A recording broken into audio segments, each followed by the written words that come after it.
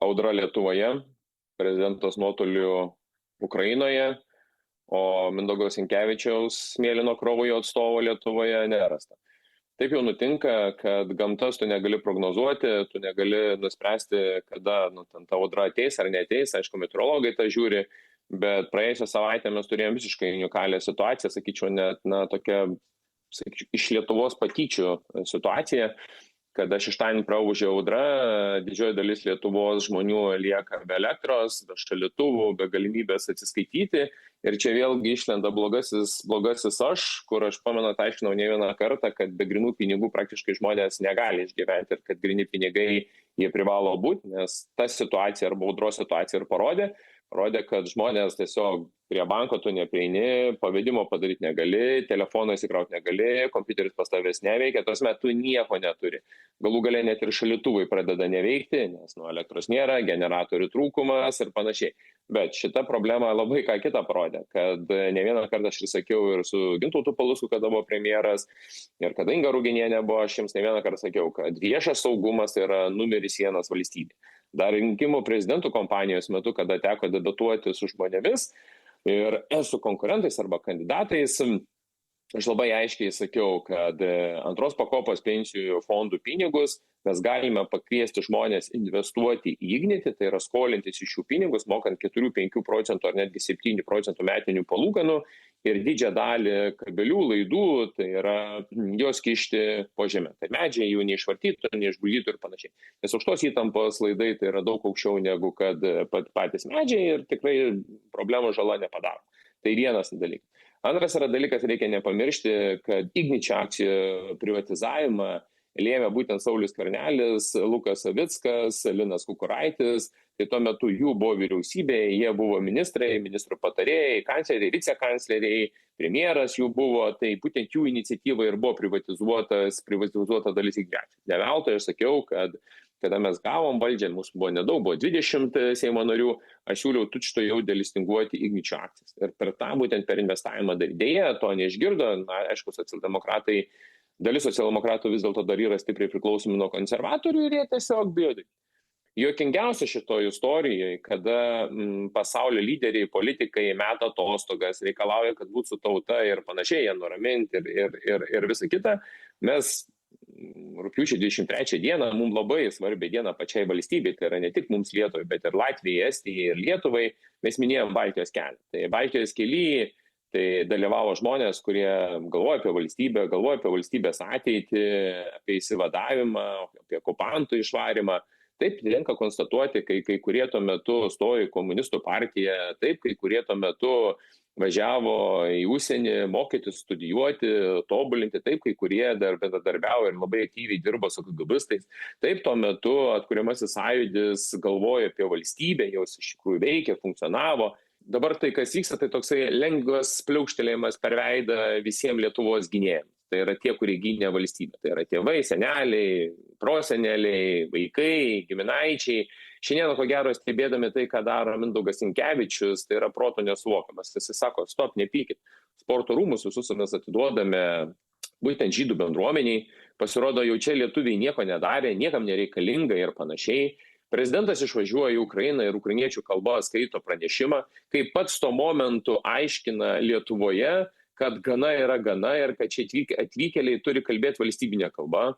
Prezidentas kartu pateikė pasiūlymą dėl laikinų leidimų gyventi po 2 metus, reiškia, nereikės to nemokytis valstybinės kalbos. Ten nuvažiuoja svarbią mums dieną, pabrėžiu. Tai nėra kažkokia diena, šiaip sau, kad ten būtų diena, bet tai yra svarbi Lietuvai diena. Mes nebūname su lietuviais, mes nuvažiuojame švęsti su ukrainiečiais. Ok, viskas tvarkoja, aš nieko nesakau, Ukrainos nepriklausomybė, viskas gerai, tvarkingai, bet o kur yra tada Lietuva? Kur Lietuvos įsivadavimas? Pažiūrėkite, Lenkų politikai kaip principingai laiko savo poziciją. Labai aiškiai ir tvarkingai. Jeigu jūs pastebėsite kitą dalyką, Zelenskis nenustoja erzinti ir tyčiotis iš Lenkų tautos ir iš Lenkų politikų. Dabartiniam paskutiniam dekrete, kaip Europos lyderiai buvo apdovanoti vienu ar kitų valstybės apdovanojimu, ten Lenkijos politikų nėra ir paties prezidento nėra. Ir dėl ko? Todėl, kad bandoma kažką tai įrodyti? Ne, gerbėmieji. Čia nebandoma įrodyti, čia yra iš esminis pavojus pačiai valstybei. Pavojus slypi čia, tai kad mes neįvertinam tai, ką mes turime. Uraganas tai yra maža detalė. Įsivaizduokite, jeigu į Lietuvą vienu metu atskristų 100 dronų.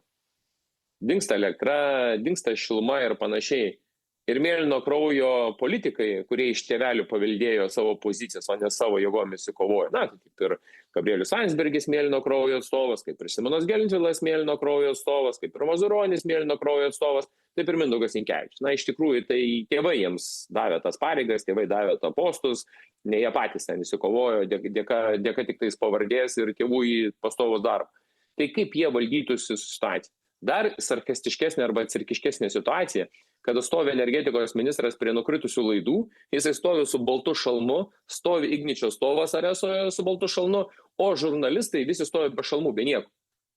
Net ir čia patyčia, čia maždaug kaip tas kortedžas lekia autostrada ir visi žmonės turi trauktis. Ir čia kyla pasipiktinimo banga. Pasipiktinimo banga yra tai, kad politikai tyčiojasi iš visuomenės, iš žmonių. Na kągi, užsiduokime mes kiekvieną savo klausimą. O kurgi yra prezidentas? Prezidento ieškojame Madeiroje. Prezidentą mes turime šiandien ieškoti Ukrainoje. Mums svarbia diena, kada yra būtent Baltijos kelio minėjimas, kada praūža uraganas, kada žmonės yra pikti, panikai, 150 000 žmonių neturi elektros. Niekas su jais nekomunikuoja. Patyčios vyksta iš Luko Savicko ir iš premjero. Jie Facebook'ose savo komentuoja, bet žmogus neturi elektros, net neturi paskaityti, ką jis komentuoja. Pasityčiamas vyksta dar kur, kaip ministras energetikos sako, rašykite man, aš palaikau ryšį tiesioginį su Igničio atstovai.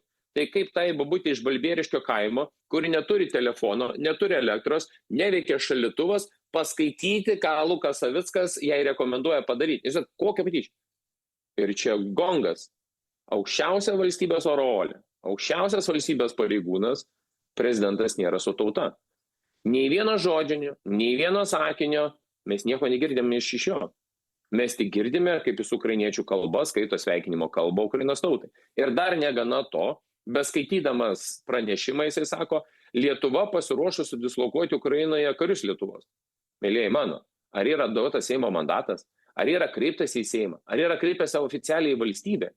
Prezidentas Seimo vardu, valstybės ir žmonių vardu, jisai jau garantuoja, kad jis siųs karius. Nemuno aušra niekada nepritarė, nepritars, aš asmeniškai irgi niekada nepritariu, nepritarsiu. Įdomu yra kitas dalykas, kad minėdami nepriklausomybės dieną Ukrainą, jie surengė paradą Kyjive. Dalyvavo robotai, moderni technologijas ir panašiai, ne? O ką Lietuva turi?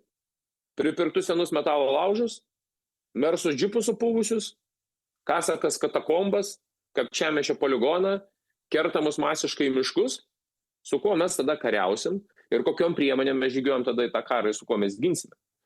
O smagiausia šitoji dalis yra, kad kai vyko Kyjive parados ir buvo nemaža suvažiavusių Europos lyderių.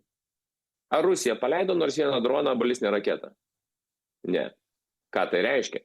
Gal suorganizuokime Europos lyderiams darbo nuotolinio būdu iš Ukrainos. Gal prezidentas galėtų 3 mėnesiams dirbti arti fronto ir tai mieste, pavyzdžiui, Charkive ar kažkur tai kitur nekristų bombos. Taip apsaugotum ukrainiečius tautą, visuomenę ir žmonės ir jų verslus. Visai nebloga idėja, nebūtų. Į visus Europos lyderius išvaryti dirbti nuotoliu į Ukrainą. Būtų įdomu pastebėti, kuom tai baigsis.